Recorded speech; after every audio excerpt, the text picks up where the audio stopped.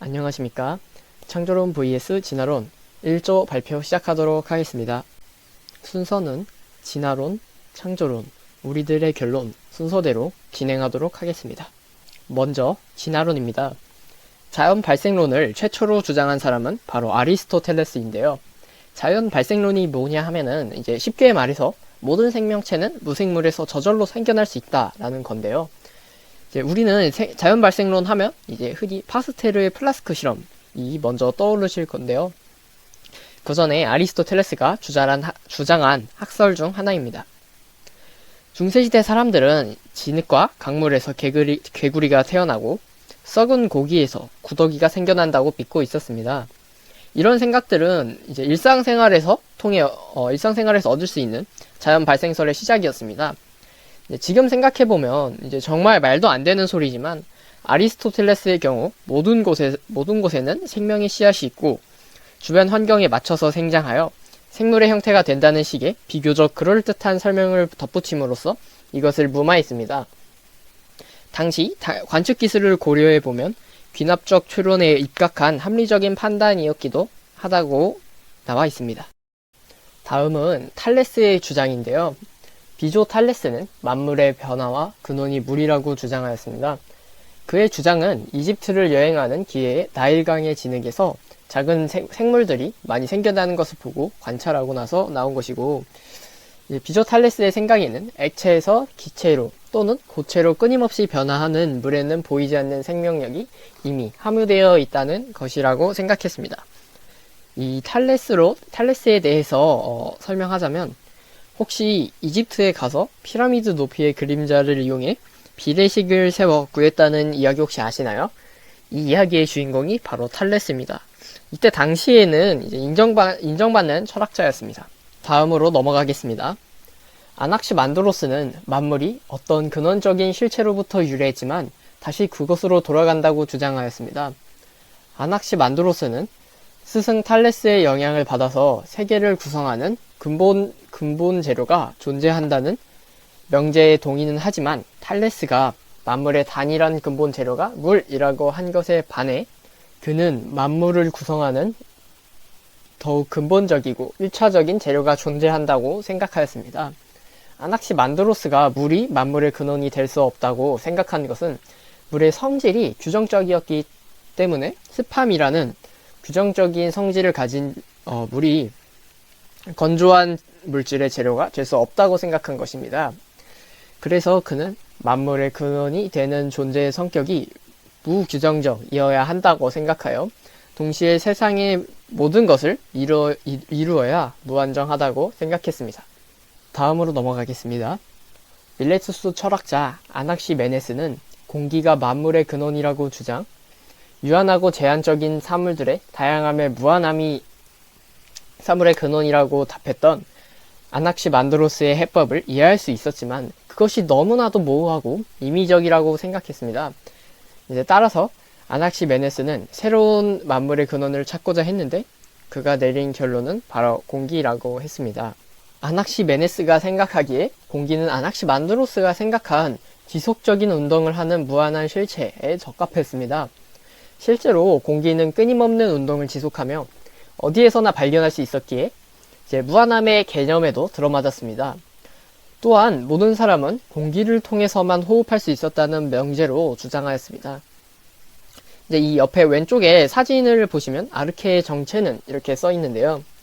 이 아르케가 무엇이냐고 하면 탈레스로 대표되는 이오니아 학파는 우주를 구성하는 만물의 원리를 찾는 것이 목표였는데 이 우주를 구성하는 무언가를 아르케라고 불렀습니다.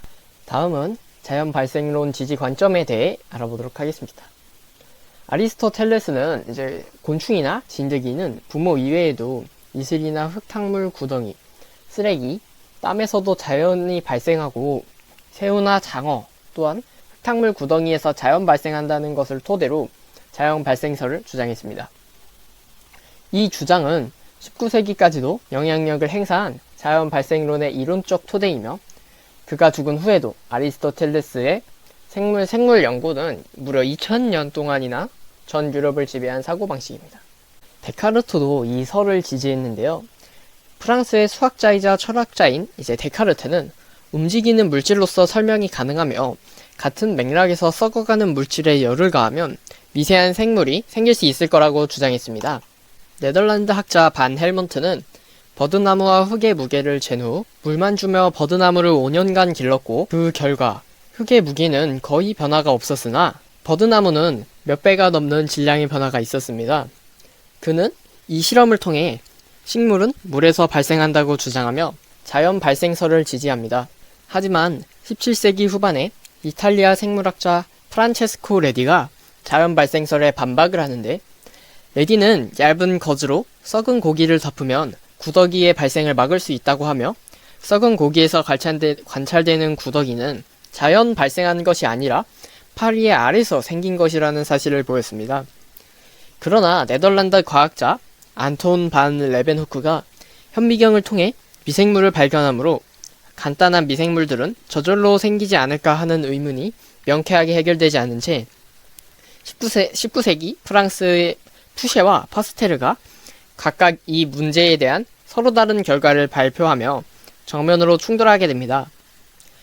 이제 옆에 사진은 항아리에 땀에 젖은 셔츠와 밀을 넣고 21일을 기다리면 쥐가 생겨난다는 그런 사진입니다.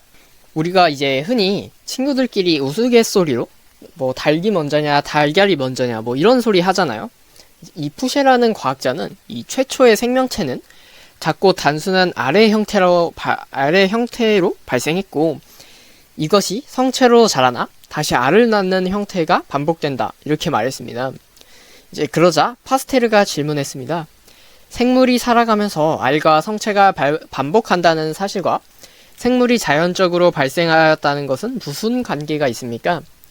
이렇게 물어봤는데, 이제 그러자 푸셰는 제가 초점을 두고 있는 것은 단순한 알과 성체의 반복이 아니라 이 반복의 시작이 어디인가가 초점입니다.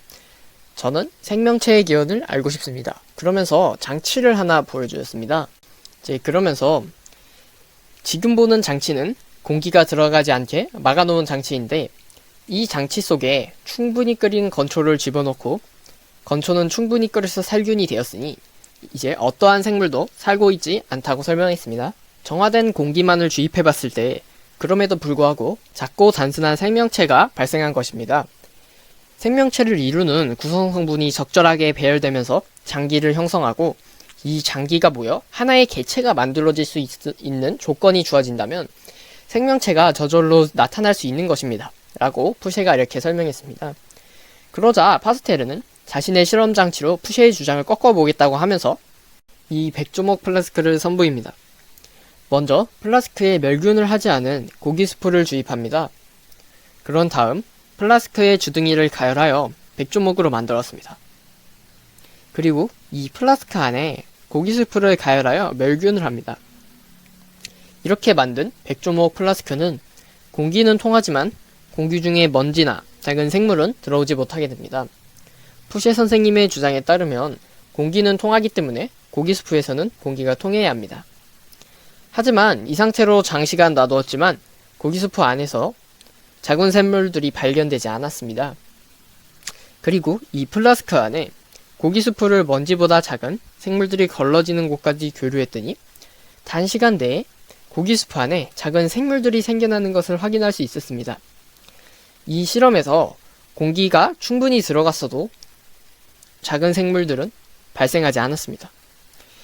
이는 생물이 우연에 의해 저절로 발생하는 것이 아니라 각 개체들의 부모로부터 나온다는 것을 이제 증명하게 됩니다. 이것이 이제 파스테르가 지지한 생물 속생설입니다. 이제 이러면서 자연 발생론을 부정하게 되는 계기가 됩니다. 다음은 찰스 다윈의 진화론입니다.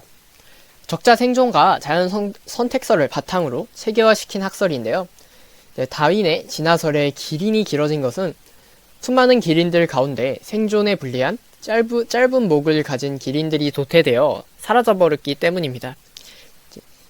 즉 생존에 유리한 기다란 목의 기린들만 살아남게 됨에 따라 기린의 목이 점차 길어지게 되었다고 주장하는 학설입니다. 하지만 다윈의 자연 선택을 통한 종과 변종의 기원, 즉 진화론은 창조론을 믿는 종교계의 반박 외에도 과학적인 면에서 이제 몇 가지 결함이 있습니다. 이제 이 중에 하나는 변이의 원인을 설명하지 못했다는 것인데, 이 점에서 라마르크의 용불용설 이론이 프랑스에서는 더 큰 설득력을 얻었습니다. 또 다른 하나는 진화론에서 주장하는 것처럼 새로운 종으로 계속해서 진화해 왔다면 이제 화석 속에서 중간 형태의 것들이 있어야 하는데 이제 그것을 찾을 수가 없다는 것입니다. 이것이 이제 찰스 진화론의 한계입니다. 다음은 창조론인데, 창조론은 진화론을 반대하는 주장입니다. 창조론의 증거로는 먼저 빅뱅 이론의 모순이 있습니다. 창조론자들은 우리 우주가 무작위적 폭발로 시작되었다는 무신론자들의 주장을 터무니없다고 주장합니다. 예를 들어 필요한 팽창 속도에서 극도로 미세한 차이만 있어도 치명적일 수 있기 때문에 팽창 속도는 아주 정밀해야만 합니다. 아주 조금만 더 빨라도 입자들이 서로 떨어져 나가게 되어 서로 모여서 별과 행성을 형성하지 않고, 아주 조금만 느려도 중력이 모든 것을 다시 끌어모아 행성도 생명체도 없는 극단적인 대함모를 초래했을 것이기 때문입니다.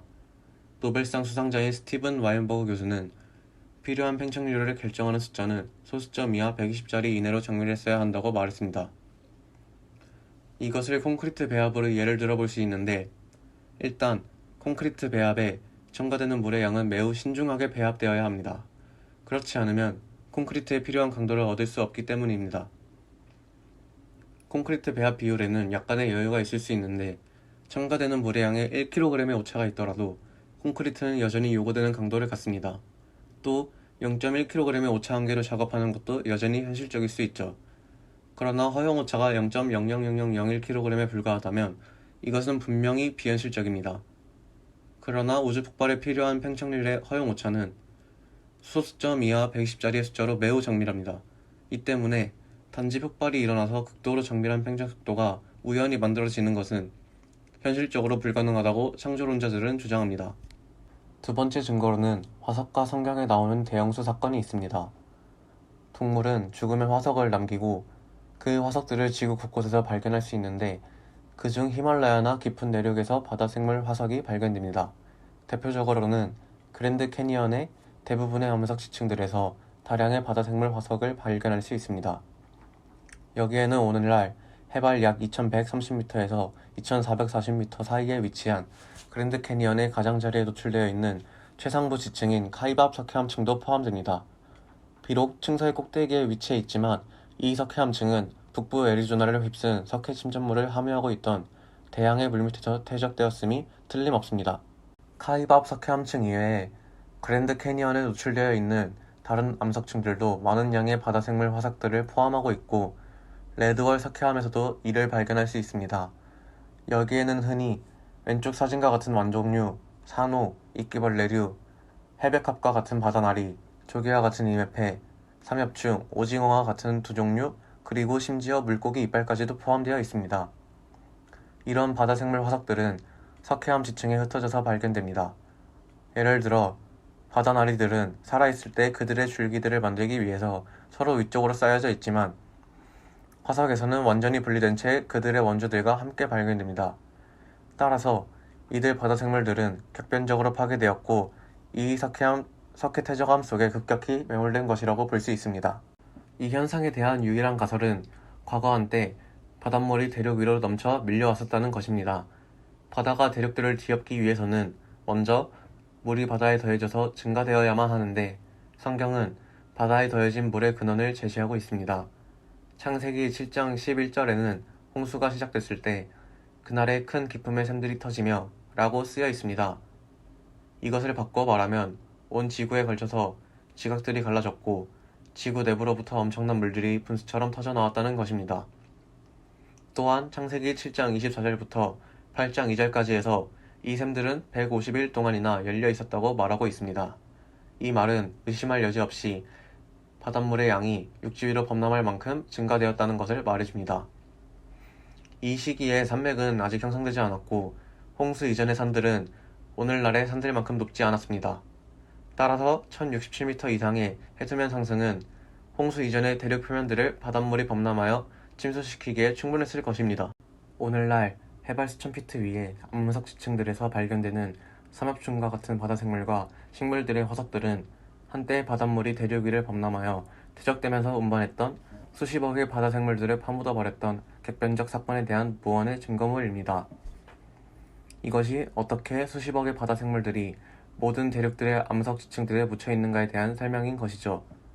하나님께서 우리에게 말씀해 주신 성경에 그렇게 기록되어 있기 때문에 대격변적인 창세기 홍수가 역사적으로 실제로 일어났던 사건이었음을 알 수 있습니다. 이것으로 우리는 성경이 일관되게 분명히 가르쳐준 사실을 지지하는 설득력 있는 증거들을 보고 있는 것입니다. 따라서 저희들의 결론은 진화론의 주장같이 DNA 배열을 통해 어떠한 생명이 자연적으로 진화한다는 것은 확률적으로 불가능하다. 그리고 일반 상식선에서 진화론자들의 주장은 글자를 전혀 모르는 2살짜리 아기가 무작위로 키보드를 눌러 작성된 글자가 이해할 수 있는 말이 될 확률보다 더 작다. 때문에 진화론은 우연히 만들어낸 무작위의 DNA 코드 변화를 통해 더 복잡하고 더 멋진 생물들이 생겨났다고 주장하고 있는 것과 같다. 결과적으로 진화론은 진화의 중간 과정에 대한 화석들을 발견하지 못하였고, 진화론을 과학적으로 증명할 수 있는 증거가 부족하며 그들의 주장에는 모순이 존재합니다. 그러므로 창조론이 진화론보다 맞는 주장이라고 생각합니다.